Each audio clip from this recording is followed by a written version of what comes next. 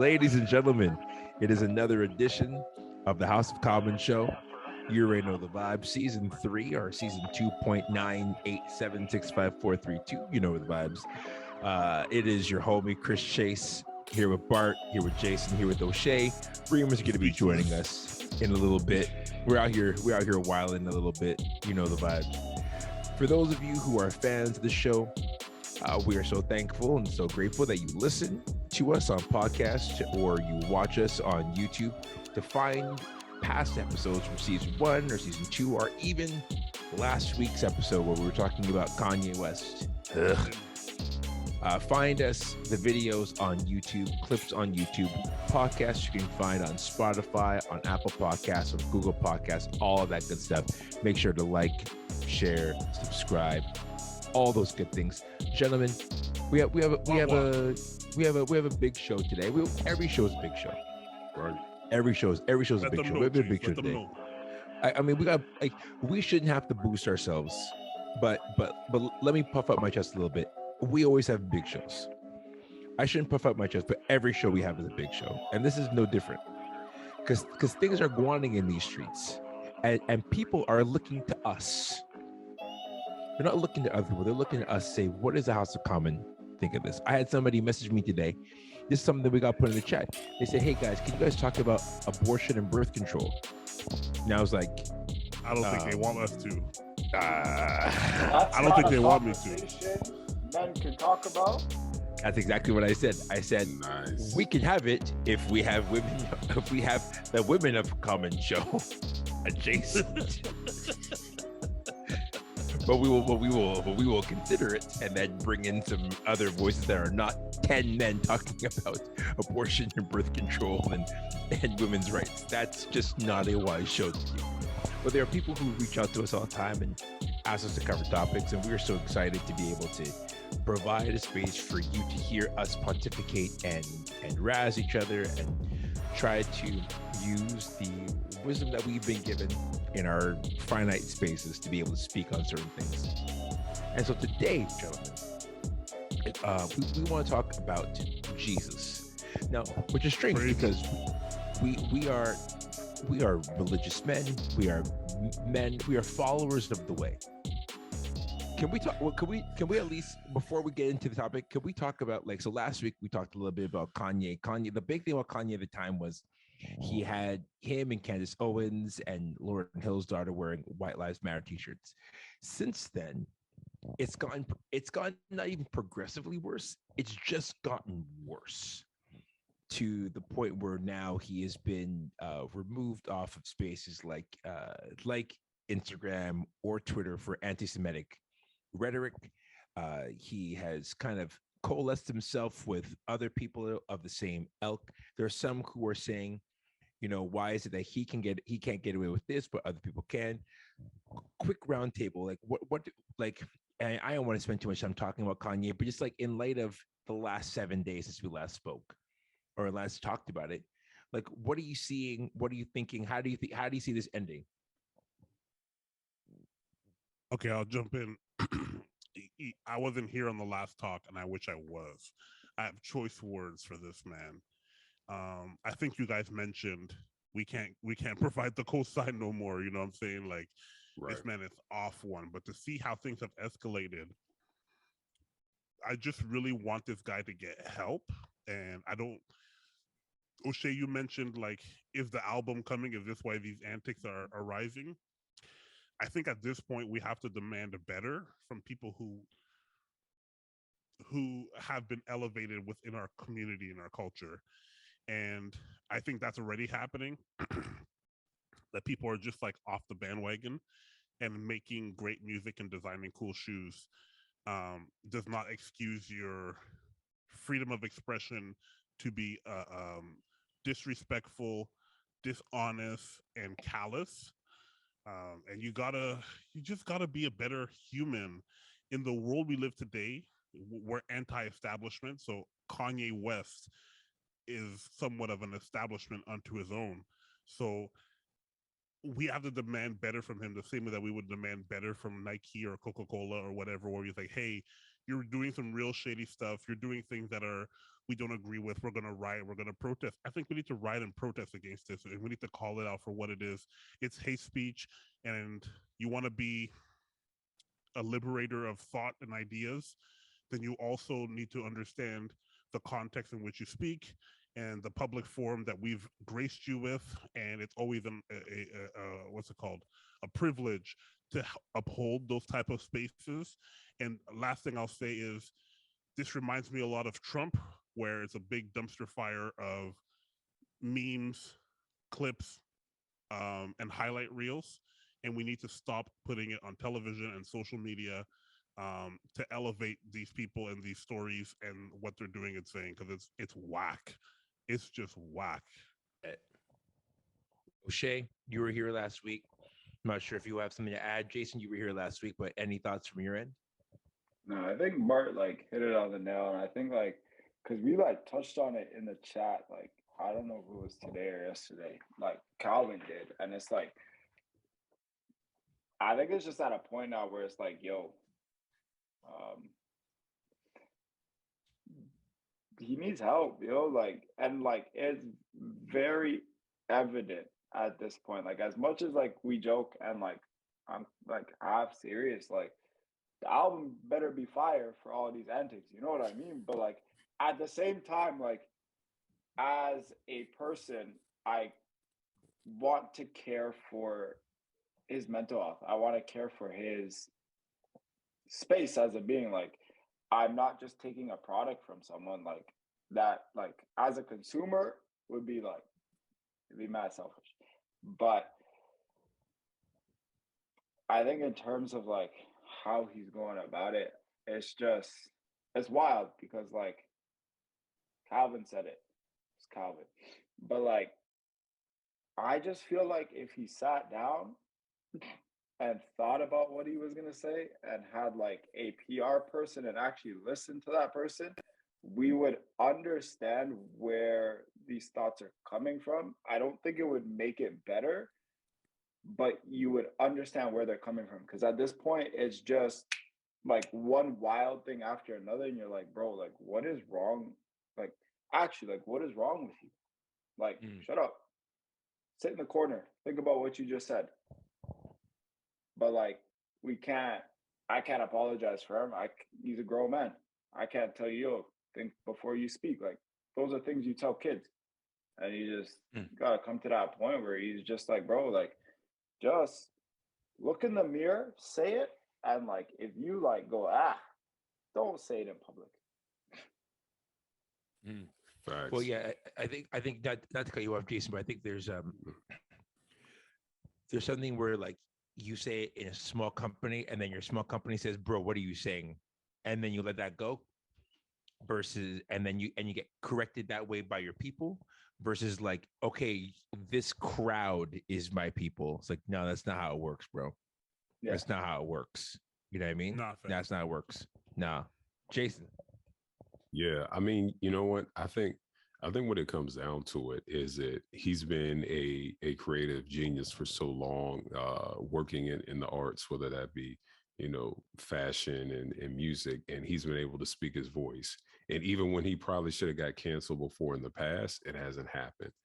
But I think that he's at a point now that he's had so many people who have applauded him, who clapped their hands, who celebrated him, that he probably maybe thinks there's some level of pride in his head that said, okay, I can say and do anything that I want to do. And pretty much everybody here on this panel is right. Like, we've all said, okay, these are areas that he should have stopped at. But unfortunately, I don't know, if there is anybody that he's really listening to who actually has something that's really positive to say. And to me, he's gotten to the point now that he's gone into boundaries that he shouldn't have even gone in before. The type of spaces, hate speeches and the things that he said. And I'm just going to even say to the Jewish community. And I've always known that once you cross that line, you're going to get the burned. Last line, fam. Exactly. Now.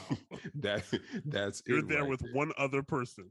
Right. We know who that person is. Right. And so he went there, and even JP Morgan said, okay, you have 30 days to take all your money, your billions of dollars, everything that you have to find, and you got to bang with somebody else. So I mean, me personally, I can't stick up for him anymore, period. And I've looked at him completely different way after these last couple of weeks. One last thing I want to jump in and say is the true Kanye West would actually love and appreciate what we're doing right now, which is the constructive criticism. As a artist and a genius of some sort, you want to be proven right. You don't want to be proven wrong.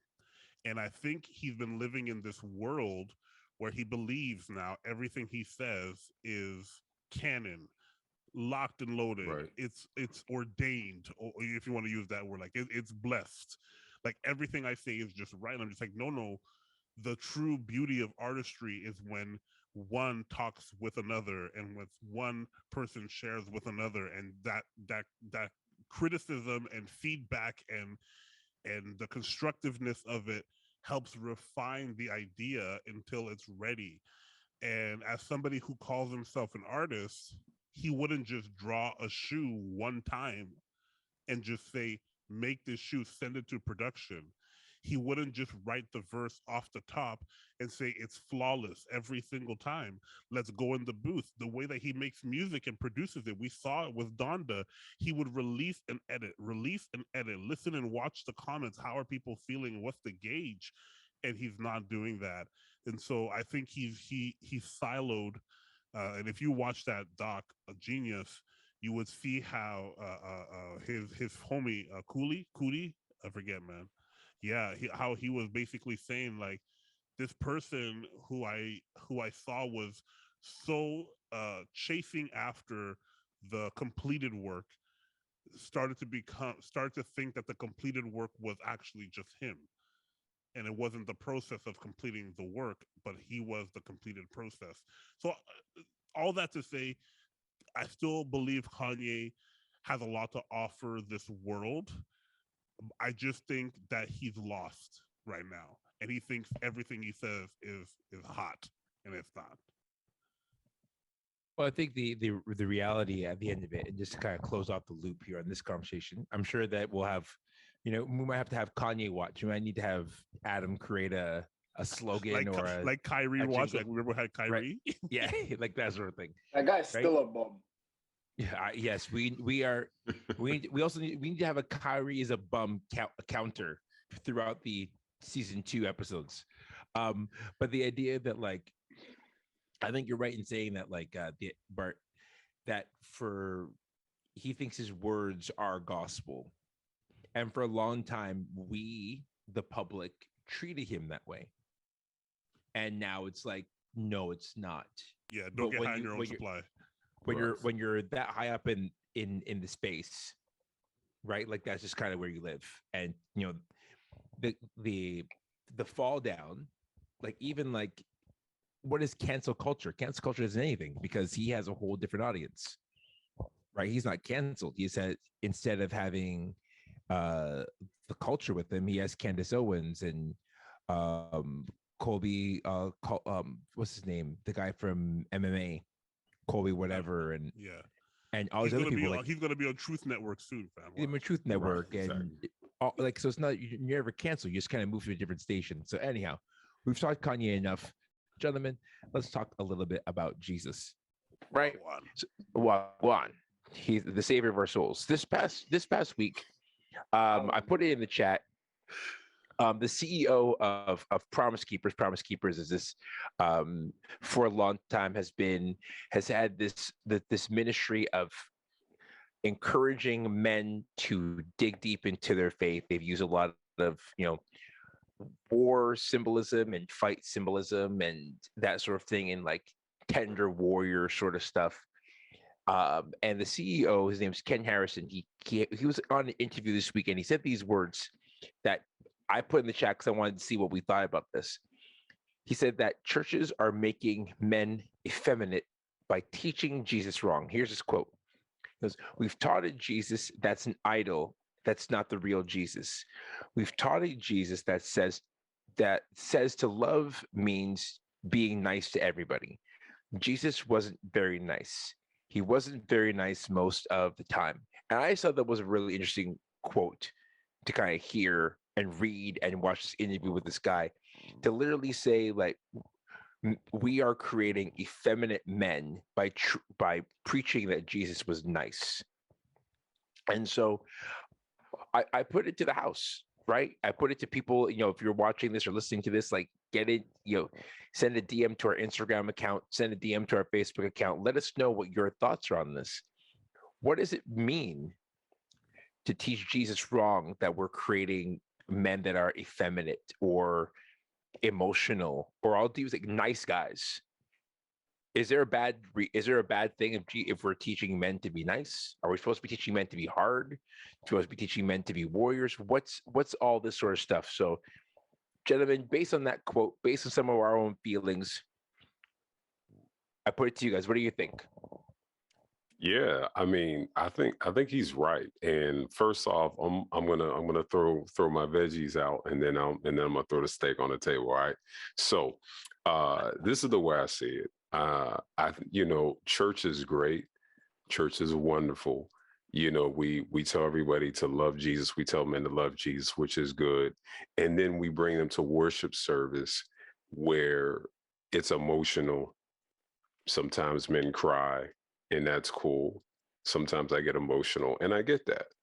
But all right, now let's talk about the steak part. The whole deal is, if we think about the teachings of Jesus first, when he saw the disciples, he's like, look, I want you guys to be fishers of men. All right. Then other places he told them, like, okay, I want you to go out and make disciples. Then he had, his arguments back and forth with the Pharisees and Sadducees. So we see in all these places, Jesus, in a sense, was taking a place of authority. Yeah, he was loving on people. Yeah, he was cool with the kids. But I mean, the guy from Promise Keepers is right. I mean, a lot of times, even as a pastor, like we tell people, okay, Jesus loves you and he cares about you. Yeah, that's true. But if for men, that's not that attractive, saying, okay, come to a place of worship in a house where you can cry and get emotional and then go home.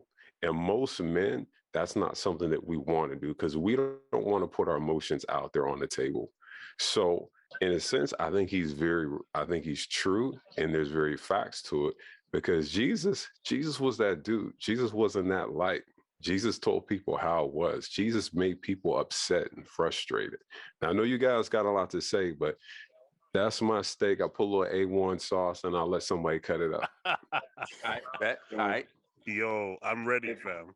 If you season the steak with A1 sauce, you ain't seasoning it right, my boy. Oh, yeah, okay, we get back on topic. It's not a filet mignon, but we'll talk about that later. Filet mignon. What? Yo, Jason, don't kill me, fam. All right. Don't What's up leave to me, Reem? don't leave me. Reem is pulled through. What's going on, homie? Coach, What's going on? Coach. What's going on? It's a little dark, but I'm in the building. Listen, Brother Darkness, we out here, Brother Darkness. Bart, you were gonna say. I was gonna say, man, I agree and disagree with this guy wholeheartedly, because I understand what he's trying to say. Because the services that we are producing, the programming that modern day churches are producing, it's leaning on the emotional side. Case in point, we grew up in church where there were, men that were there. There was music that was led by men. There was prayer service led by men. And the music was, it was celebratory, it was exalting, all those things. And if you look like at what's going on now, like one of the hottest bands out right now is who? Maverick City. They don't got a bop. Everything is a slow jam. Everything is as if Monica and Brandy were doing a new song. You know what I'm saying? Like, so it's catering to an audience it's catering to the emotional, or we have made I'm trying to put this in the right context. We've made spiritual mean quiet, sad, or loud and moaning. You know what I mean? Like we've made that spiritual. So it's only spiritual if everybody is on their face and tears down their eyes. That's like super spiritual. And we only have these really powerful moments once in a while. So there's less altar time, there's less preaching and ministering with people, all that kind of stuff. And that's just on the programming front. When I hear that quote, Chase, I hear nice, and to me, nice is about yourself. You're trying to do the right thing. I think kind is about other people. Are you kind? Is Jesus nice? Are we preaching a gospel that is nice? I don't know. Like I really don't have the answer for it. But the way that the quote was read to me and the way that I read it, I say it's not we're preaching the wrong type of Jesus. I think we've put Jesus in the wrong type of box, in the wrong type of environment. Because I agree with Jason that Jesus appealed to everyone. And he did not come, children came to Jesus, women came to Jesus, men came to Jesus. So if you're thinking of what kind of person could that be, I know it's hard to put those type of features on a person who's 100% God, 100% man. But what type of person would that be? It's not somebody who's wearing, as much as I love him, it's not like Mr. Rogers wearing a cardigan, walking slowly with a pair of slacks, and just being nice and taking time with it. I don't think that's the Jesus that we see in the Bible. But I do definitely believe that it is what he's trying to say, this person from Promise Keepers. He's saying that we've gotten really soft and it's hard for men to find themselves or see themselves in how we are showcasing the journey of faith. And I agree with that. And that's where I'm like, I agree, but I disagree. I agree with what I just said, that people are having a hard time finding themselves or seeing themselves in that faith journey. But I don't know if it's the Jesus part. I don't know if it's, oh, we're preaching a soft Jesus. I don't know if that's it, but I guess what he's trying to say, I understand, because I felt like that too. Where I'm like, I don't know if I can invite my boys to this. Like, am I really gonna bring the homies from the co-working space? I'm in my office right now. It's late at night. Am I gonna bring the homies to come to this? Yikes! I don't know if they're gonna be down for it. And I'm not saying that men are incapable of receiving in a tender moment, but I am saying the way that modern day popular cultural church is going, it's not meant for men. It's meant for women who are wearing Afghans, wearing big, broad Yo, broad brimmed hats, drinking pumpkin spice lattes. I was talking to somebody who sits behind me, Victoria, and she calls them Christian girl hats. And as soon as she said it, I was like, I know what you mean. What you're This is talking not a about. church Yeah. person. So they know what the culture is synonymous with. Christian girls, white, blonde, the boots that are thigh high, you know what I'm saying, with the latte and the hat. And this is where I'm like, that doesn't speak to the type of people who you say you want to reach. I'm gonna leave it there. I have more to say by the time. Shout out Love Army. O'Shea.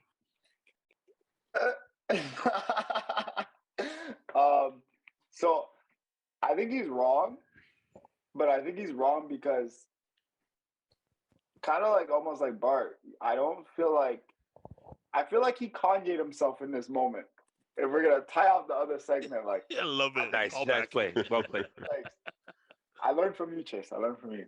I think he should have sat down and actually thought about the words that he wanted to use. Like, jokingly, I look back at when I wrote like high school essays. If I put the word nice in an essay, my teacher would be like, that's not a good descriptive word in what you're trying to say. And I think nice is too general. I don't know if I'm allowed to say this word, so we might have to beep it out. But I feel like the problem is not teaching a rhetoric of Jesus that is like nice or something. I think we have brought what church is and like sissified it almost. Like we've made it extremely cowardly, where you can't stand up for what you believe. You're told to, oh, you can love someone but not agree with their lifestyle and it be okay. Like, mind you, I absolutely believe that to a degree, but there has to come a point where we have to understand that, like, I can love you, but I'm still gonna let you know that what you're doing isn't the best. I'm not accepting it. I'm accepting you and calling you out on the things that you're doing that are not bringing value to your life, are not bringing you closer to Jesus. And I feel like that's the difference in what we find in. We teach a rhetoric, we teach a doctrine that is love is love, and we're just going to take everyone in, opposed to saying, yeah, we're called to love people. We're called to bring people closer to Jesus. And that means getting messy. Like, that means calling you out on your stuff.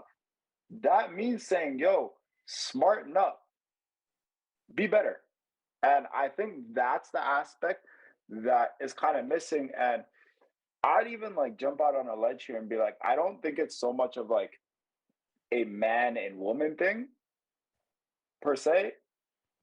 Sure, like I think like the idea of like men not coming to church is definitely going to get like over ostracized and all of that stuff, because like that is the truth of the matter. Like, we do, numbers don't lie. Like, we see a lot of men coming to church less, but I feel like there's just, and that's historically always been the case. There's always been more women in churches than there have been men. That's just I just feel like there's just so many other factors that play into that narrative. Like the fact that like work weeks aren't just Monday to Friday. Like, all of these things play in. So to say like one thing of like, oh, we teach a cowardly doctrine or a cowardly Jesus, or we teach this nice Jesus who walks around with like ponies and flower beds and stuff like that, is a direct correlation to why men don't come to church. I think that's a lie. I don't think that's true. But I do think we're teaching a doctrine that is very cowardly, that is just putting us on the outside because we want more people to fill our seats and give tithes and offering, rather than actually bringing people closer to who Jesus is and who Jesus wants them to be. Bet. Someone said Calvin. If you haven't seen Calvin, you'll go follow that guy and you'll see a photo of him in a little lily field. It's cute. Y'all are trifling, eh? Yeah, Man, he's not put him even on here. blast. Y'all Wow. are trifling, eh? Y'all are trifling. That note, Hi, Reem. Reem. Yeah. On Yeah. that note, Reeves next. That's a tough one to follow up. Yeah, no. So here's the thing. Oh, wait. Sorry. Lead pastor. Yeah, of I'm about to say. Limitless Sorry, there you go. Church. Heed your ears. Keep the name. Come on, Keep the name. somebody. It's PK. Listen, It's Pastor PK in the building. Pastor Kareem. Pastor Since we last spoke, Rev. Kareem has planted a church with his wife Vanessa and their family. Yeah. Jeez. Yeah. So before we got to where can people give, name. Chase? Where can people give? Facts. Let's keep it 100 here. Right. We're not doing that. We're not doing that. But yeah, so going to this point. So Yo, don't No, block so here's the thing. blessing. don't block. All right, if you want to You better give, get that seed money. send in, Get that seed money. you can send an e-transfer to info@limitlessgta.com and then just designate what it's for. There you go.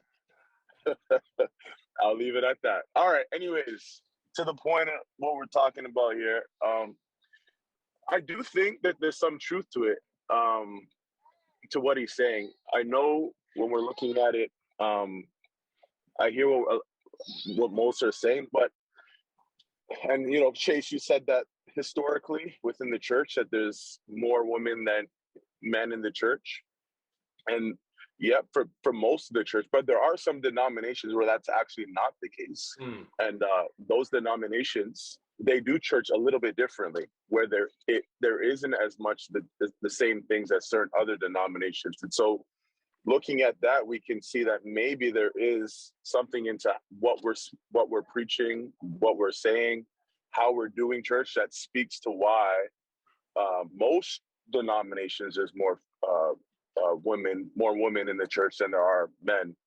I'll give you an example. Like the church is not in existence anymore, but we spoke on it a little bit. But Mars Hill,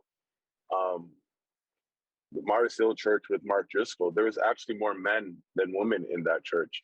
I'm not saying that I agree with everything that he did, but there were certain things that they were intentional about and how they did church that was able to appeal to more males than females. And so I do think that there's something that we gotta really be looking at in terms of how we do church and assess, and in terms of the things that we're doing with church. Is it things that are going to more appeal to women, like, and even the things that we're saying, like, let's go like biblically, like Jesus didn't sugarcoat things. He came across as though he showed love to everybody. Like there are times where majority of times where I would say stuff like, and a large crowd accompanied him, and then the very things that he was saying after that, it wasn't like he was trying to tell people what they wanted to hear, as O'Shea already spoke to. Like he was telling people, if you don't hate your mother, your brother, your sister, even your own life, then you can't be my disciple. Like that's hard. Like that's rough what he was saying. But I don't know how many times we'll say stuff like that in the way that we do church. Another time there's a large crowd and he says, some of you are here and I'm going to tell you a parable about the sower of this guy who's throwing out seeds. Some of them is on a hard path. Some of them are on a rocky soil, thorny soil, but then some are in good soil. And then he ends off by saying, he who has ears to hear, let them hear. And then he walks off. Like, those are some like he's not trying to tell people what they want to hear. But oftentimes that's what a lot of churches are doing. Why? If we're going to be honest, because the people that are giving, they don't want to necessarily always hear that stuff. So there is some validity to, in terms of like how we're doing church. Does it appeal more to emotions than it does to like intellect, or just the way people like males generally are? That may be the case. And it's something that maybe we gotta take in consideration. Again, even what Bart said, I would echo that. I could be honest, like, until I started my church, I don't know how many times I was telling my boys from back in the day to come to my church, because I just know that they wouldn't rock with it, if I'm going to be honest with you guys. Like the way we do church, it's not done in a way that, some of the mandem from back in the day are going to rock with it, because, certain things are just don't appeal to them. They want to see that, people are actually standing for something. They don't necessarily want to see people, bawling their eyes out at the altar, or, Bro, almost. even how we named the churches, a lot of these names, they're like Crossway and Summer Breeze, not Summer Breeze, but like you know what I mean? Like Makes me feel fine. No, but you know what I'm saying though. A lot of if these you brands, smile I do consulting for a living, and part of that goes with churches as well. And a lot of times they've never considered whether their brand is masculine and feminine or feminine. 100%. So even the songs that we sing, like, go back a little while back, there was that Jesus, how did it go? How he loves us, talking about a sloppy wet kiss, and all that. Like the stuff that, the stuff that we sing, like it doesn't necessarily appeal in the music that we play. It doesn't necessarily appeal to a lot of men. So I do think that there's things that we do, things that we say, that kind of shows Jesus in like this really like only like love. And yes, Jesus is loving, absolutely. but he's also very truthful and honest. And certain men would rock with that more than anything else. I know dudes that, you know, are not really following the Lord yet, but when we have conversations, when I give it to them real, they'll rock with that more than if I came to them trying to sugarcoat things. And I just think that's, or telling them what they want to hear. They don't want to just hear what they want to hear, because to them, then why should I even rock with that? It almost comes across that you don't even believe what you believe, right? Like if you're just letting anybody and anybody come in, you know, and everybody just, you know, is able to do a thing, and then everybody loves everybody, and everybody is kumbaya with everybody, and there's nobody really standing for anything. You know, they're like, so why should I? What's the difference from me living in the world from you guys going to church? You guys just go to church on a Sunday. I don't go to church on a Sunday. Like those are the things that I hear from dudes. There's for them, there's no reason for it. So I do think there's some stuff that we have to like put out stuff where we stand for something, where we're thinking about the verbiage that we use.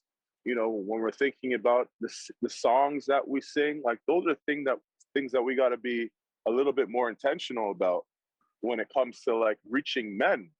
Like that's like simple, like, and Bart could speak to like marketing, like thinking, you kind of spoke to it already. Like marketing, you got to be very intentional about the market that you want to reach. Now, if you're cool with reaching the same type of people and it's the easiest maybe an easier demographic to reach, then you keep doing things, or we can keep doing things the same way we're doing it. But if we want to reach a whole different demographic, we do got to get a little bit more intentional. The things that we say, how we do it, the culture that's created, so that it could appeal more to men. Okay, so I guess I have a question for you then. So how do we, right, to play devil's advocate to the conversation, how do we then square up Jesus weeping at the grave of Lazarus, Jesus weeping in Gethsemane, right? We talk about like guys, men. I got to pause for a second. I also think a lot of this conversation about men in church is often built around white men and not black men. Like a lot of the Mars Hill stuff was MMA and war and hunting. I don't know many black men, at least in Canada, maybe in the States it's different. They're spending their time outdoors, hiking, hunting. I don't even know where to go to get a crossbow and arrow. Fact. Where do I go to get that? Now I will say, work. shouts to my friend Sean Naylor and other black men I know who get down with that stuff. I'm like exceptions to every rule, whatever, right? But a lot of that stuff is a lot of that conversation is geared towards white men, specifically to black men. Though let's have this conversation about black men. What does manliness look like in our culture? Because we have a Jesus who wept when his homie died.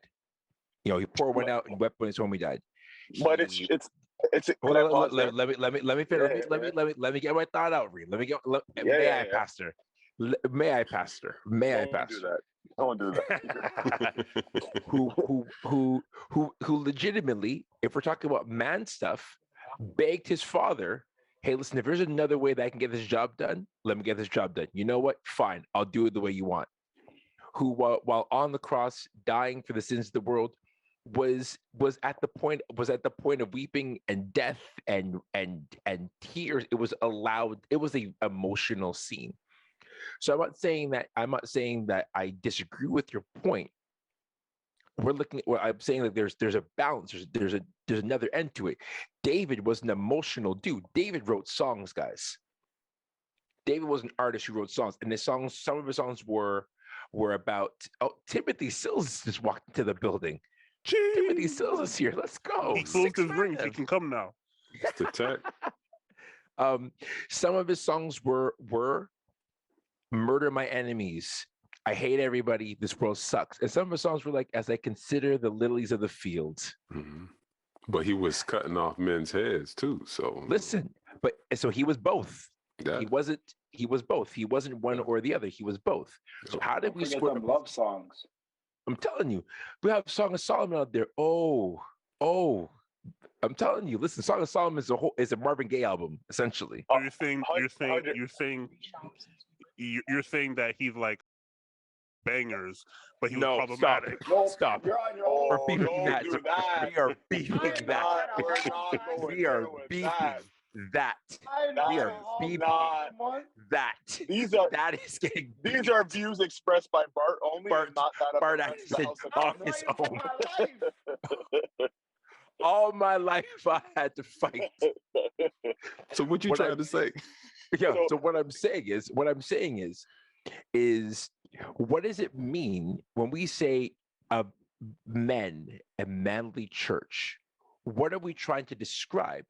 Because if it's just music, David wrote songs. If it's poems, Solomon wrote poems. Ecclesiastes is poetry.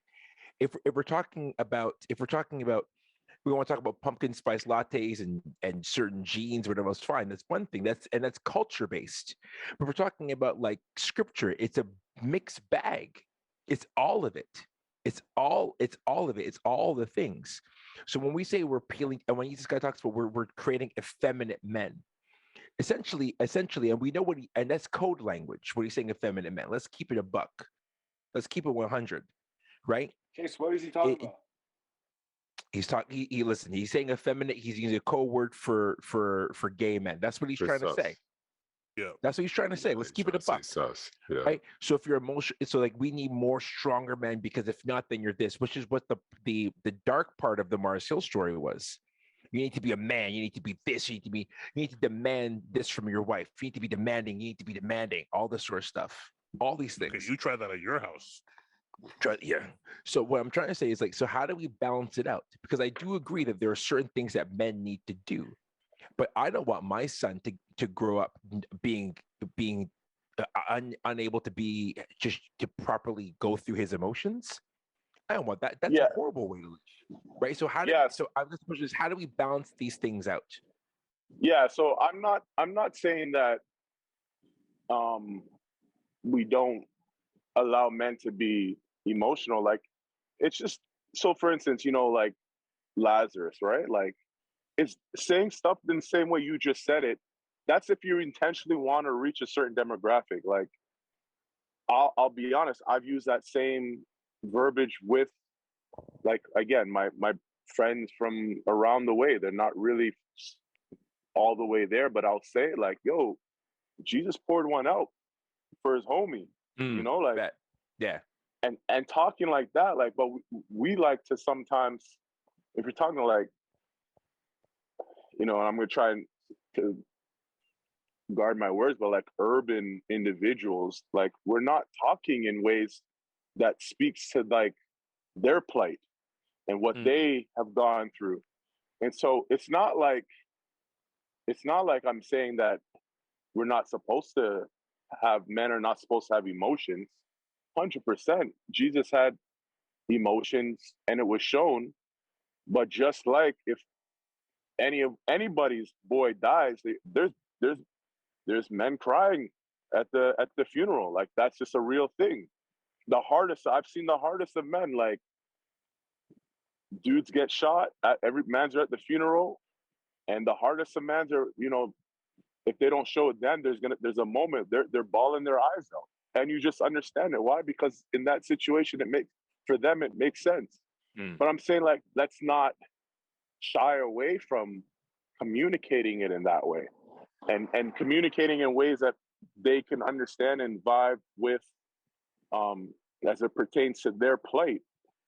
I agree with you 100% that when you're talking about like the Mars Hill method, it was, and I don't want to offend anybody, but that, again, and I'm not, again, like you said, there's exceptions, but that more appeals to the white male, not the black male, and everything that they write, that, that how they did things.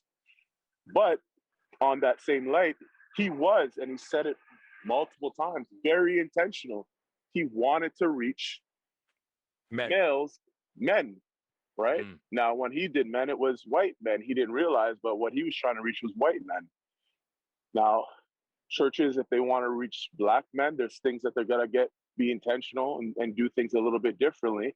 A part of it is doing exactly what I said, like appealing to their plight in terms of how you communicate, the vibe of the music. Again, Mars Hill, I'm going to use it, like, they did punk rock music that appealed to, Mm. you know, white punk rock males, right? Like alternative, you know, those that were into the alternative vibe males. If we want to reach black males from the quote unquote hood, and I hate even saying that, like, then there's things that you got to do differently, even with the style of music that you're doing and how it comes across. Now, going to what you said, Chase, I definitely, that this doesn't mean that then we don't teach emotion. That's the worst thing that we could ever do, because, you know, that's another issue in itself culturally, that we've taught males that they can't show emotions. Not so I'm not saying that you can't allow for that to happen, but you do it in a way where it doesn't come across quote unquote corny. For certain people, like certain people, certain things that we would do would come across corny or a little too much, or you know what I mean? But that's for them, and I'm not knocking that's if that's how it is for them. I'm just saying for that demographic that we're speaking to, this is how it can come across sometimes. Mm. And That's so, fair. and so, there are things that maybe if we want to reach more males, that we got to be intentional in doing so. If we want to continue having churches with more women than men, then continue to do it the way we are. But if we do want to reach more men, and specific, and even if you specifically, if you want to target specific type of men, then it's gonna maybe challenge us to do things in a way that would reach that man and be like Paul, with the Gentiles, to the Gentiles, like I was with the Gentiles. What, and I'm going to paraphrase, what would make sense for the Gentiles, and to the Jews, what made sense to the Jews. It's the same way here. Like if we want to go into the hood of hood, I'm not even keep it to it. Like we just want to go into, a certain area where there's populated by, more black males, because that's not only the hood. Okay. What would more appeal to them where we're not compromising our beliefs, we're not compromising the message, we're not compromising, what Jesus stands for, but it's communicated in such a way that appeals to them. Again, I'm going to use Marshall. That's what they did. They wanted to reach white punk males, punk rock males, and they communicated in such a way. They had music in such a way. They created a culture that they felt would appeal to that. And you can say what you want, but they were able to reach that demographic. Yo, I agree, man. You said a lot of things, and I think you kind of said what I was gonna say in a sense. I think a big issue is in terms of what Chase's question is towards Black men. What's the practical next steps? I think we need to be very mindful of the context in which we preach about the Jesus that we're preaching about.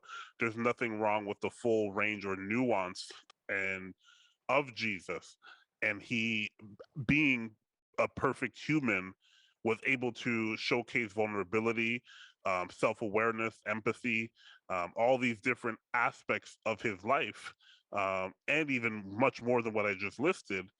But the context in which we put him in, I think that is where we need to put our focus, and that's where Reem is talking.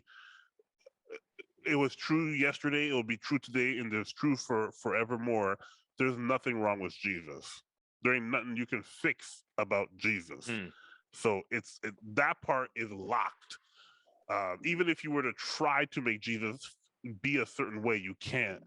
The proof is in the text, the proof is in the experience, the proof is in the stories of what we learn and what we know about him. And so that's why I mean the context in which we place them, those church experiences need to be calibrated in a way that is going to highlight the if I can use marketing speak, the intended target audience. Where do they go to school? Where do they go to work? Where do they spend their money? Where do they spend their time? These are the things that you need to understand. If you want men to come to your church, there is a way. You know, there is a way for these type of people to do that. The fact that most of these services, gatherings, whatever you want to call them, are leaning feminine is because it has been intended to do so. And um it could be done just because that's what gets us the best results quicker. It might take more effort longer for you to get the results um, for the demographic that you're trying to reach. But I also think that my biggest gripe with the church, I'll be straight up right now. My biggest gripe with the church at large in general is that it's not fake, but it's on. We're producing something. We are making something to happen. And I don't know if that's going to work in the modern world for much longer. It's still working. God bless Furtick and the work he's doing. He's brought more people to know Jesus than I have. But that is a production. That is a show. I don't want to say show in a disrespectful way, but they've taken careful care in producing music, sound, teaching, preaching, encounters, meetings, social. All that stuff has been calibrated to attract the most amount of people in that neighborhood to come to that church. That's the fact. And I think men of today who are busy, Chase, if we're talking about your question, Black men, urban men who are busy, who are tired, who are raising families, who are working jobs, they are looking for real. They're looking to see themselves in these congregations. They're looking to see and hear somebody who talks like them and who understands the things that they're struggling with. And you should see the looks on people's faces when I walk through different exercises with them when we do church consultation for marketing strategy. You can reach people, and it doesn't have to be business. Because I know my mind works in a marketing way, but there's a way to do it in a gospel way. And the gospel way is that you have to reflect to attract. So if you're not reflecting your community, you can't attract your community. And when you meet people and you talk with them, it's kind of like, hey man, we're so glad you're here. That's not how people talk, man. Like if I met somebody who was really dope at a party or at a dinner party or something like that, that's not how I would talk. So why are you doing that? Because now you're making it inauthentic connection with people, and you've drawn out. Because watch what happens. Why do I sound like a preacher? Watch what happens. Now watch this. Now, I promise you, this is his last point. This is his last this point. is my last point. Yes, God. but this is what happens when I come to somebody who I've just met or we're acquaintances. Hey man, how are you doing today? And I talk over enunciate, and I do that on. I call it on. You're just on. You are performing a little bit. Just to show your enthusiasm. What that does is that it draws out your response. The other person goes, yeah, man, I'm good. How are you? So now we've started our relationship on a fake foundation where each of us are not being our authentic selves. So the context dictates the receptiveness or the calibration and how we receive the gospel message of Jesus Christ. I'm done.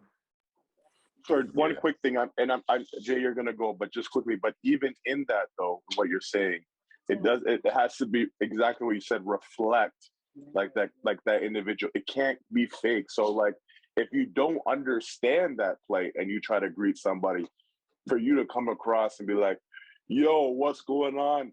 Good to have you here," but you're like corniest when you're doing it, like that doesn't work either. And I've seen that happen too. That's all I had to say. Yeah, true. Just trying to be authentic.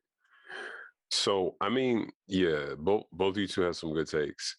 And the way I see it is like this. Okay, if we're talking about, because going back to your response, Chase, I feel like that the church right now is already doing the feminine part. We're already teaching, men how to show emotions in most cases. Now I actually want to look at the other part of this. So, for instance, when Jesus, the first time that he met, the actual disciples, he met them where they were at, number one. And then whenever he met them, he said, okay, he told them, all right, I'm not gonna take you to Starbucks, get you a latte. Here, I want you to become fishers of men. So immediately Jesus told these guys, like, look, I want you guys to do something. Technically, he said, I want you to be with me. The broken down follow me is be with me, spend time with me. I mean, I don't know how more vulnerable you get than that. Before he invited them to be fishers of men, he said, be with me, and out of that I will make you fishers of men. Just to give context. All right, that's just cool. to give context. That's cool. Just to give context, right? So but then they followed him with him, and then they followed him, right? Exactly. Do life with me, hang out with me, and out of that you'll become a fisherman. Right? Like it wasn't action first, it was relationship, and then out of relationship came the action. Just kind of broaden the table a little bit. That's it. I'm sorry. Go ahead. Boom. So the whole miracle was there and everything, and then they followed. So it's basically just meeting people where they're at. I mean, it's meeting guys wherever they're at. I mean, if it's fishing, if it's at the basketball court, if it's at the gym, if it's at the business meeting. I mean, that's just it, meeting men where they're at. And I always tell my church, I've told both churches before, like, look, okay, worship is just a part of you being a Christian. This is just a small fragment of it. Like the whole part of you is outside the four walls. It's outside of the actual building. So I think sometimes that's not always relayed across a lot of pulpits. We're always telling people, come, but what are they coming to? Okay, yeah, they're coming to a worship experience, but outside the experience, how are you living your Christian life? And I think that's something that starts from the top of every house, being able to tell people like, look, okay, who you are is bigger than just this Sunday experience. All right, this is just bigger than just this moment. So once you get out of here, you still have to be this type of man, and who you are, in the person that you are, the man that you are, that really doesn't change. If you like basketball, if you like to hoop, if you like business, if you're involved with stocks, whatever it is, that's the type of man that you will continue to be. And that's the type of man that the church that we have to look at. Like we can't necessarily change people's habits, but we have to be able to say, okay, I'm going to go in these spaces. I'm going to be myself, and I'm going to let people know about the authentic Jesus. And just like we're saying, meeting people where they're at, being upfront, connecting with them in a real way. I think we've all gone to churches and people, in what you guys say, give you the little high or whatever, and it's not authentic. It's just you feel like, yeah, But I mean, but then you might connect with one person. Oh yeah, but when it's real. Even the other day I met somebody, I'm like, okay, this is real, this is authentic. So that's what all comes down to. I mean, just being there and just being authentic with people, and all that will come. And I think that's what missing from the church, is telling them that it's just bigger than what you see on Sunday mornings. Yeah, no doubt. I think you guys really touched on it, and like I feel like the only thing I can really talk about from this is like my perspective, and like I will go out and say this: if you get offended by what I have to say, it sucks to suck. Like I don't really care. But I've been a part. I can see everybody's face go, "What is he gonna say?" I'm like, are we gonna have to bleep this out too? 2 years of the show, man. At this point, it's kind of like, what more can we say than what we've already said? What else are you gonna say? It's more like what can you say? More like no, what could you say? Well, like I guess what could he say now? Facts. But so here's the thing. I think when we talk about like churches, and if you come out and say, yo, I want to reach this demographic of people, stop hiring people that don't look like that demographic of people and then telling them to go reach that people. And vice versa, don't hire people that look like that demographic of people, and then when they come to your church, act like that demographic of people, and you go, whoa, relax. We wanted your appearance. We didn't actually want you to speak. Talk that talk. Yep. Talk that talk, O'Shea. Like, this is the problem. And like, I've experienced both sides of this, where I've been brought onto churches because they've been like, yo, we want to attract people that look like you. And then now I'm put in positions where you're like, all right, now go reach people.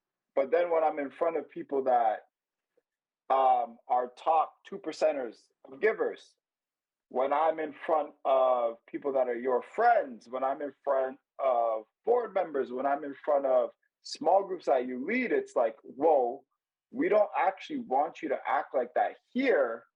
Just act like that over there in like your department and stuff like that. And like, this is kind of my biggest gripe of like, you want this group of people,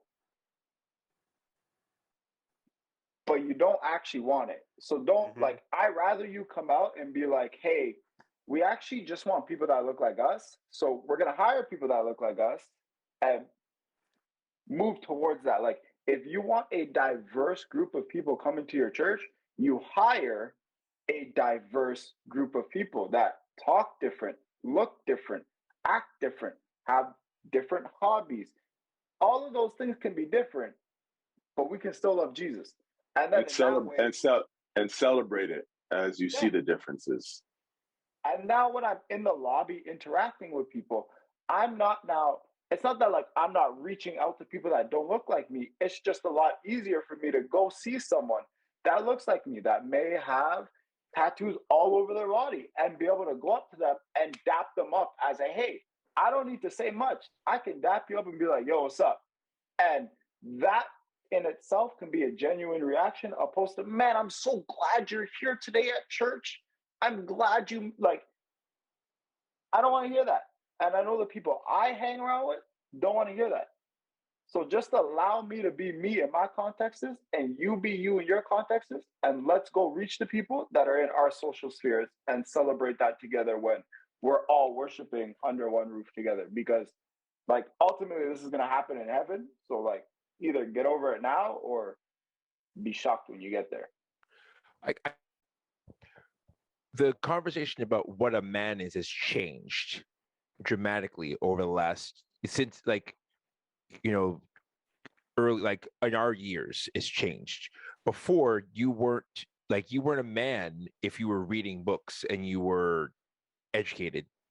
You weren't a man if you were into anime or into coding.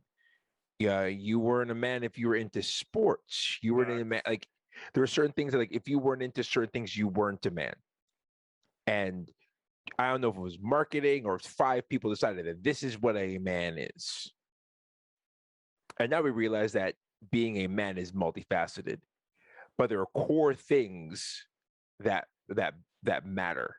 There are core things that matter in terms of being like I won't use the word nice, like kindness, like the actual life of Jesus. The actual life of Jesus, the actual model of Jesus is a beautiful model of what being a man should look like.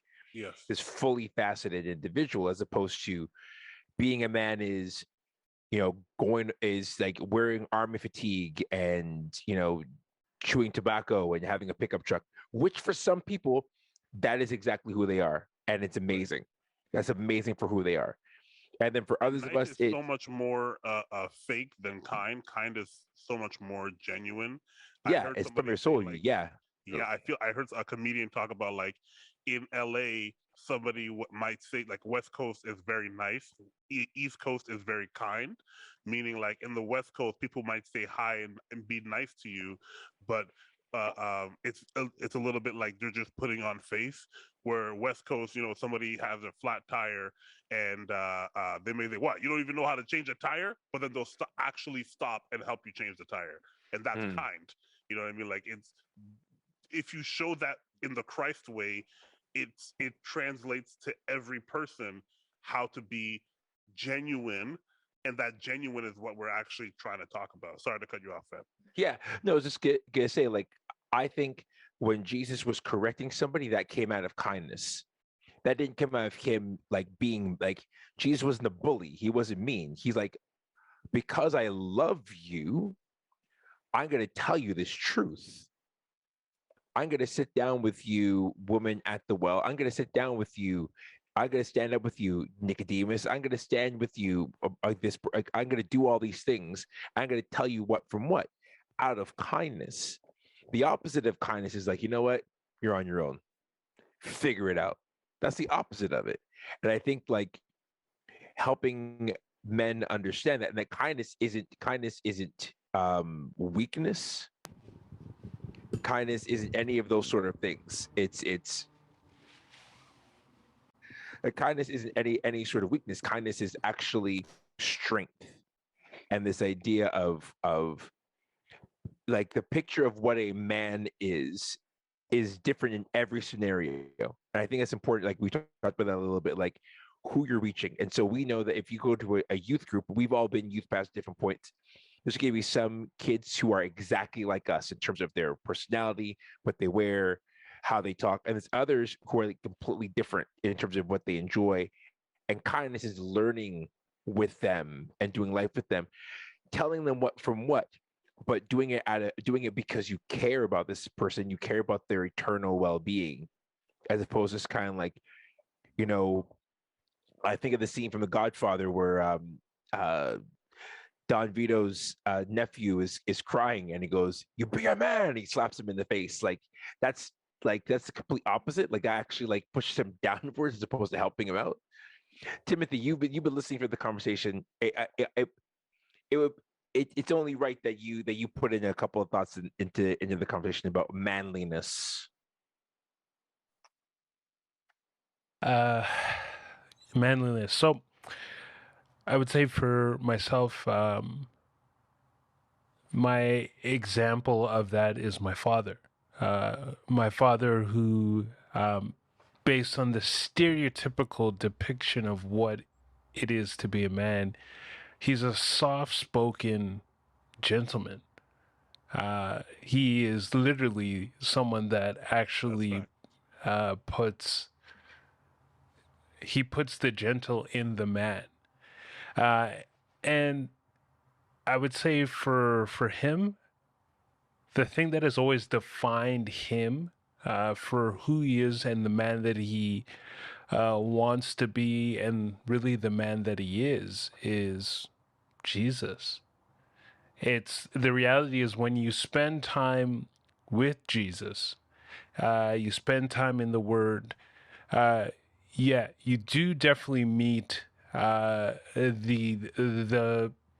softer, more loving, more kind, but then you also meet the Jesus that will lay down the smackdown on you. It's one of those things. The amount of times I heard, "This hurts me more than it hurts you." Tell us one of those times, Tim. You moved out. It's okay. You can say whatever you want. Say that with your chest now. From his mouth is one of those things that it shows that you can care, you can love, and you can be firm. And you don't have to put on this front the entire time. And truthfully, my dad is who he is only because of Jesus. And so it's one of those things, like I remember watching the clip that spurred this conversation, and I was just like, it just feels like the Promise Keeper guy just watched that clip of Jordan Peterson and was like, "Oh, okay."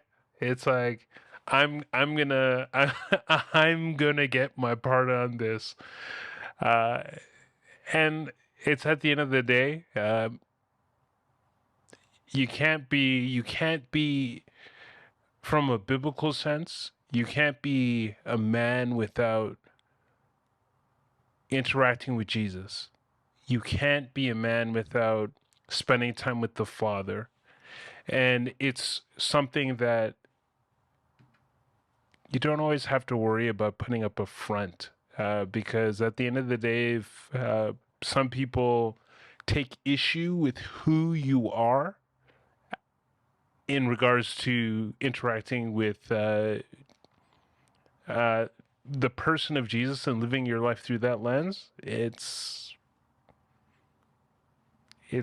their problem. You're muted, fam. I just realized that. I realized that. 3 years, 3 seasons, and I muted myself before talking stupid. I think, Tim. I think to your point. I think that's like, and it goes back to Jason's original comment about like what we talk about Jesus and how we share Jesus, right? Like if we only share one side of Jesus, we don't create a full person. You feel me? We don't even invite somebody to become their full self. If that makes any sense. That's a better way of putting it. And the only way we become our full self is being introduced to Jesus. Now, how we present that is going to be different with every person that we come in contact with, right? And Bart, your comment about like how we name churches, that's gonna be in my mind. Like, do we call them like how we name churches? Do we call them Warrior Palace Assemblies now? Cave dwelling, barbecue, brisket barbecue, Baptist church. Barbecue chicken. That's where Shaq goes. The place to go to church. Barbecue chicken. Ribs and Thangs Assemblies. But to that point, Chase, these naming of churches, I have to walk and talk church leaders off of so many crazy ledges. Like, no. Hand me the baby. Step down. Come off this crazy. Not literal baby, because Reamer's right now holding Fresh Prince. Watch the Fresh Prince of Bel-Air. Now hand me the baby. But people go. They name these things these names that nobody understands, and it doesn't relate to anybody other than. We need to go back to just like regular names for churches. Maybe the location as to where you are serving. Maybe the name of the person who founded it, or what it used to be called, or the land that it's on, whatever. Just I love this church in Portland, Oregon. It's called a Jesus Church, and it's it's a church about Jesus, man. What more do you need to know? That's perfect marketing, and also just a little side note: the best type of SEO. Search engine optimization. If you just name it a normal name, it's easier for people to find your church. That's okay. Never mind. I'm done. And also, just a quick note: if you're a youth pastor and you're working really hard to name your church something, kids are just going to go, "Hey, you're going to youth on Friday." Yeah. Big facts. Just go, "Hey, you're going to youth on Friday." Hey, you're going to youth on Thursday. Like they're still calling. They're not calling it, "Hey, are you going to this thing?" They're like, it's just the name. Just yeah. Any last thoughts, boys? This has been a really good conversation. And I think this is something that we could talk about like 5 times over, right? And you add different. I would imagine if Jonesy was here, there'd be a different thought. If Calvin was here, there'd be a different thought. Adam here being a different thought. Like, and the cool thing what I love about our show is that we are similar. The 11 of us. I'm gonna add the silent fans. I'm gonna add Asari in that mix. The 11 of us, we're similar, but we're so different in terms of our likes and dislikes, our emotional capacity, what we love, what we don't love, how we even see scripture. It's just like, and how we're all better men because of one another being in each other's lives, and how we're able to shape and see how Jesus is for each and every one of us. I love that. I think that's like, this conversation is a beautiful picture of what we're hoping that churches would put themselves in, as opposed to like, hey, we're gonna have a Super Bowl party and there's gonna be barbecue and then we're gonna shoot things. What if you don't like shooting things? Chase, Then what? you're telling me we can love Jesus and not like the same things and still be friends? Can you imagine that? Riddle me that. Come on now. Riddle me that. We need to end Riddle this me before that. they find out. Any they last hear thoughts, us. boys? Any last thoughts, boys, on the topic? I'm just glad that we're all here together. Bet. That's facts. And Tim, I knowing your father for as long as I have, I think that's a perfect example, right? Like soft spoken, but I wouldn't mess with your dad if ever. I would not do that. I just would. Timothy. Like because of how soft spoken he is, that means that he can actually probably kill me if he wanted to. Like that's what it means. There'll be no evidence ever found. No evidence. Like, I'll hide you and you'll never know who you are. Oh my God, forget about it. This man's putting on latex gloves, and you'll never find one piece. Yeah, of DNA yeah. Real G's move in silence like lasagna. Gentlemen, last topic before we go. This has been a great conversation. This week, another thing that was put in our ladies and gentlemen, the way we make the show is things I put in the group chat, and then someone goes, "That should be a part of the show." That's pretty well how we used to do these whole things with rundowns and notes and links and stuff. Now it's kind of like we should talk about that this week. It's just so much easier. In the States, I can't remember if it was this week or last week, a youth pastor, out of a joke that he thought was funny, created stickers that he gave to young people in his youth group that said, "I heart hot youth pastors." This youth pastor was complained about by a parent whose kid came home and said, "This is awkward that a grown adult gave me a sticker that said, 'I heart hot youth pastors.'" And the youth pastor was reprimanded by his church, but was not fired, was not really penalized in any way outside of like some embarrassment. It was a joke that he thought was really funny. He was trying to speak to culture in a certain way, and it flopped. Gentlemen, I'm going to start with Kareem because Kareem is the only on this call real senior lead pastor. What about actually, what about Chris Chase? Oh, sorry, Chase. That's actually very much not true. Sorry, Jay. No. I handle sites, boys. I handle campuses. It's not a real thing. You guys are you don't disrespect yourself. Don't do that. Aren't you the digital pastor now? Don't disrespect Jason. Again, I said sorry, Jason. I said sorry to Jason. I own that. I was feeling myself too much. Anyhow, the point I'm trying to make is this: Reem, Jason, as senior pastors, if your youth pastor hands out stickers that says "I heart hot youth pastors," what are you doing? He's coming to office. Go ahead. I'll let Ray finish and go ahead. No, well, first off, like, see, this is when people are trying too hard to fit into the culture, right? So we just had the conversation that we're talking about, like, we were trying to reach urban, Black males, whatever, that you want to do things that would appeal to them, but you want to do it in an authentic way, but the key is, but doesn't compromise, what we stand for and what we believe. In this instance, I just think that he was trying too hard. Where more what he was trying to do is appease the culture versus try to get people to understand who Jesus is. Like when we're doing what we're doing, it has to come from that lens first. And so, in terms of a lead pastor, like, the hope would be like there would have been enough education prior to get ahead of this, where you're not hiring somebody who would be doing something like this. Now, there's situations that arise, and now if it happens and you've hired somebody and they do something like this, it's definitely going to be a really serious conversation, and try to hear in terms of what made him think that was okay, like that was cool. And then depending on like where this is on the offense, like, is this his first time, second time, third time? If it's his first time, honestly, I'd show a little bit of grace. And try to have his back and use it as a teaching moment, to teach exactly what I just said. Like, I understand you want to reach the youth, but we can't be doing it in a way where we go too overboard in trying to relate to the culture. At the end of the day, we want to relate to the culture, but in a way where the thing that we're relating them to is Jesus first and foremost, not hot youth pastors. Now, because in that instance, now you're almost creating, instead of them being led to think about Jesus, they're thinking about youth pastors. And now in itself, you've created an idol for the youth. So this is why the key is in relating. It's always about helping them relate to how Jesus is someone who they can understand and relate to. Now, if this was the third or fourth offense, that's a totally different story.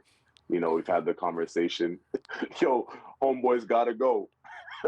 Why you keep on making stickers? I told you, stop making I told stickers. you. Yo, Stop someone take that man saying- sticker maker away, bro. Take the label maker away from that man, bro. Cancel his account. Your for imprint account is done. You're finished. You're done. You're done. You're done. Vista print account revoked. You're done. For real. Jason, Yeah. what do you think? What do you say? Yeah, it's definitely an office conversation. I mean, sometimes it's one of those things that you definitely got to shut the door, try to find out, okay, like, what were you thinking? You know, try to see exactly where this person was going with that. And the most concerning thing about that whole deal was that, he was passing this out to young girls. So, I mean, there's a whole lot of, that's like 2 strikes. Real talk. Actually, Now- 2.5. That's Yeah, 2.5. now that you say that part's a major part of that story. That part is kind Red of flag, fam. that's a huge. I don't know. I said I'd show a little bit of grace, but that one's a little. I don't know. That's gonna. Anyways, go on, Jay. Mans was passing it to the teenage girls in the youth group. Yo, blood. No. Now, I guess the question is that manly? No, it's sus. No, I'm being sarcastic, guys. I'm tying it back to the last conversation. If So I look, could jump in real this is quick. what manly Jesus, like you know, we was talking about loving Jesus. I was setting it up. Setting it up. Exactly. There you go. There you go. Thank you, Exactly. Jason. Thank you, Jason. We Yeah, needed a lead pastor to catch that Exactly. revelation. Come on.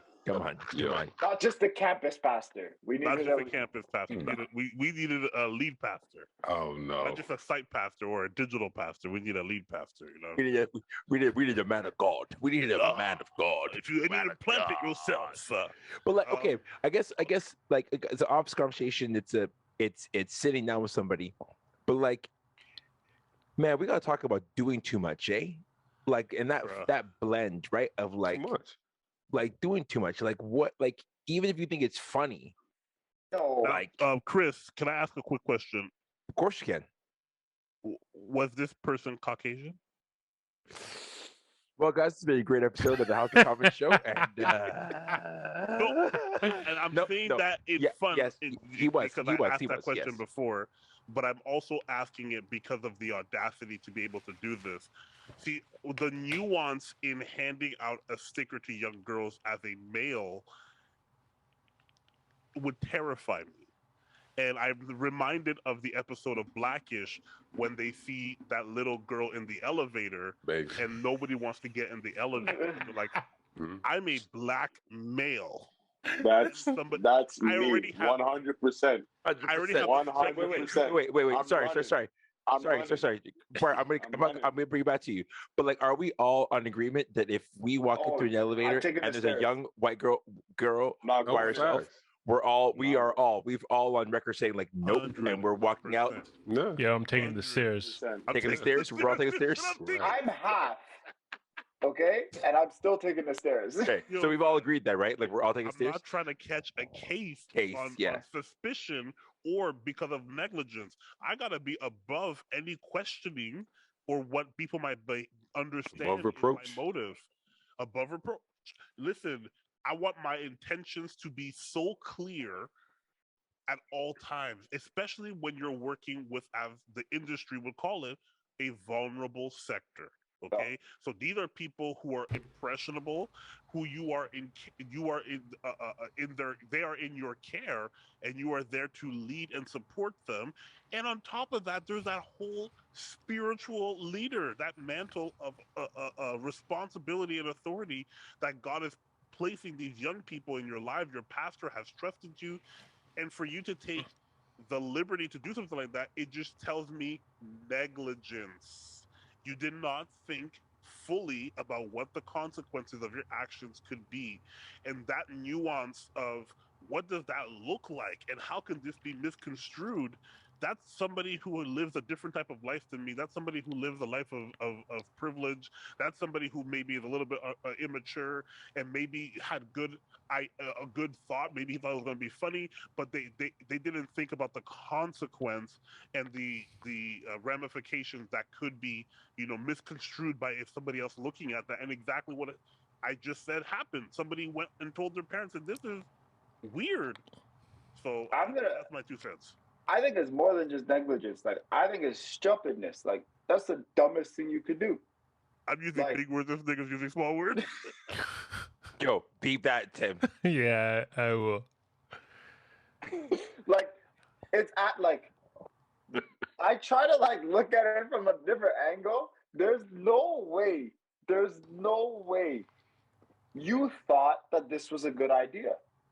Cause well, he did. He thought it was a good idea. But there's but no, but because he ordered the stickers with his own money, or did he? There's a lot. Credit card. There's a lot that went through it. Where multiple touch points, he could have said no, but no, he was good with it. And don't say touch points. Oh, okay. Sorry, definitely not the best use of words, but multiple moments throughout. Stop. Multiple moments. Falling apart here, guys. We're falling apart here, guys. Throughout the process where he could have said no, and he went along with it. I do think a lot of it has to do with what Bart said. If he is, of that, I've seen it. I'll be honest, without calling out, names. I've seen it where, people that don't look like us, they do feel like they can get away with a lot more in terms of how they deal with, even young female youth within their youth group. But almost have this thing what is the big deal? They know me, I know them, parents know me, blah blah blah blah. Well, I could say that about my youth. But yeah, they know me, I know them, but I can't do that. And I know, and I just feel, whether I'm right or wrong about it, I honestly truly feel like if I did anywhere close to what I've seen some guys do, I would be finished. I would be done. But because I'm a person of color. It's dark. This is dark. So it goes so much past a funny joke. You're bringing lustful thoughts into your teenage youth. But again, I'm going to say it's your lustful thoughts that you're putting on anyhow. Right. I mean, but well, yeah, potentially, 100%, 100% could be, and whether he, sorry, Reem. My next question is this guy single or married? This now. The article didn't go that far. The article didn't go that far in terms of his marital status. We need the answers. There's levels to this. So many questions I have now where I'm like, yo, this was a really dumb idea. Okay, really dumb idea. I think back to when I was a kid, and we wore I Heart Boobie bracelets because we were immature and didn't understand that it was actually for breast cancer. Okay, proceeds of these were going to breast cancer. And you were a youth. Yes. Yeah. But I just wore it because I was like, boobies. I get to wear a bracelet that says boobies. I'm gonna wear this. That's funny. There's nothing funny about I Heart Hot Youth Pastors. No, there is nothing funny. No. So I've been listening to this entire discourse from pretty much the duration of it. For myself, did youth more than I think I would have actually wanted to do youth. But what ends up happening is my takeaway from it is the system that he existed in, the system that allowed him, that gave him the idea to hand out those stickers is broken. So it's something that, like, for myself, if I am his lead pastor, it's like, first of all, yes, I'm going to sit him down and be like, are you stupid or are you dumb? But then, Yo, Timothy came with, yo, Tim, you're wearing that tech vest and you on one, eh? Anyone can catch it. but then after we have that conversation, whether and depending on how he answers, whether he's there or not, after the fact, the whole thing that goes into play is what are we going for with youth? Because was he doing that to be able to attract, to gain as much attention as possible, or was it something that he could somehow hoodwink into an application of Jesus? Because at the end of the day, we have youth not to entertain children, but we have youth in hopes that they would grow into a meaningful and purposeful and lifelong relationship with Jesus. But if at the end of the day, the goal is I gave out 500 of these stickers and I saw 10 new kids that showed up next Sunday, this past Sunday, with those stickers on it, it's like, what's the point? Why are we wasting our time? That itself is just like that is just one of those things that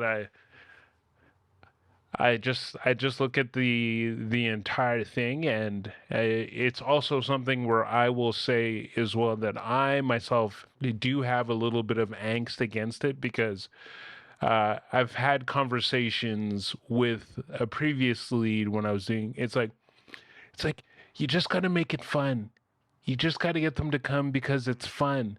And I'm like, so basically, what you're telling me is that we want to train students that go to our church and from the neighborhood, that the only reason that they're coming to church is because it's fun, not because they love Jesus. So that when they go away for school and then they start going to grown people church and they find out that it's not fun, but they see all of their classmates who never went to church that are going to that party and are sleeping with that person, and it's just like they're having fun. The only reason I went to church was because it was fun. I'm going to follow them. It's like it's I'm sorry guys. I've taken us down an angle, but Tim, you Fine. said something that was No, very, very it's good. powerful there, brother. Especially at the No, it's good. beginning of your soliloquy, you talked. I'm sorry, you talked about that the culture that thought that that could be good, right? So I would love to know, is this a lifelong Christian person who grew up? I'm talking about the youth pastor who grew up in these tongue in cheek, because I get that. I resonate with that. I grew up in a culture like that where my youth pastor was a little bit crazy and he was a little bit wild and he was on the fringes, and that's what made it fun. It was fun because we didn't know what Rich could do. You know what I'm saying? Like anything can happen. And sometimes you don't know where the line is, because if you're chasing that high of the feedback like a comedian gets of when I reach that limit and that point, that's where I know the limit is, and you're toying with that. And if you also grew up in a church and you were the youth and your youth pastor did that, now it's your turn. You feel like, well, I'm just trying to stretch the boundaries. I'm trying to make it as accessible for anybody. I'm trying to make it fun for all. And you don't even realize that you've gone into some really murky waters in terms of morality and in terms of what the real purpose or intentions are of what you were trying to do in the first place. So, what you all said just there, Tim, is deep. And I think Bet. we don't know enough information, obviously. And God bless this guy who probably in the heart of hearts was trying to do the best thing and the right thing. In terms of like, I'm just trying to make an environment where kids can come and learn about Jesus. But brother, sometimes you done lose your mind and you didn't even realize it. And that's, I think, that what happened in this case. You done lost your mind because you somehow in your mind you thought this was hilarious, this was funny, this is gonna be so great. And he's like, oh no, you don't realize how dangerous what you were just thinking and doing was, and what message it sent to all those impressionable young people inside of your ministry. I'll conclude the thought with the show with this. Have you guys seen on Instagram? We might get in trouble for this on Instagram or on TikTok. The graph on one side, it's find out. Yeah, mess around. Yeah, yeah. Yo, I've said Right. that to so Yeah, many right. people. Right? And the amount that you Yeah. do one, Find out. you finna find out, The amount you mess around, the amount you find out. Right. right? Mess around. We'll use the word mess around. Right. My man messed around my man thought he was messing around at a 4. And he didn't realize he was messing around at a 10. Right. Top It's a left, he was in top. And he was like, right? He was an outlier. That's what He was an outlier, right? He thought, oh, this is a 1. So I'm gonna find out a 1. Like, nah. You messed around a 10. The moment you pass out that sticker to a 15-year-old, No, you went to a 10. brother. The moment you ordered it Yo. on the church The credit card. moment you're like, the moment you said, it would be funny. So he's Right. wrong in 2 ways, Chase. Quickly, I know. Yeah. Number one, if you ordered it on your own personal card, that means you knew. You You were knew gonna get in that trouble was for it. On the church Yeah. card, that means you're reckless. You're You're down out bad, there, bro. You're down bad. Yo, You're from listen, the streets that- at that point. You like if he still has a card right now, it's a problem. They're like, we're gonna give you one more chance with this. he's a menace. Nah, brother, we're gonna give you rolls of pennies from now on. Ladies and gentlemen, for myself, for Reem, for Bart, for Jason, for Tim, for O'Shea, this is Chase signing off. Find us on Instagram, find us on Facebook, find us on Spotify, Apple Podcasts, Google Podcasts, find us on YouTube. This has been another episode of The House of Common Show.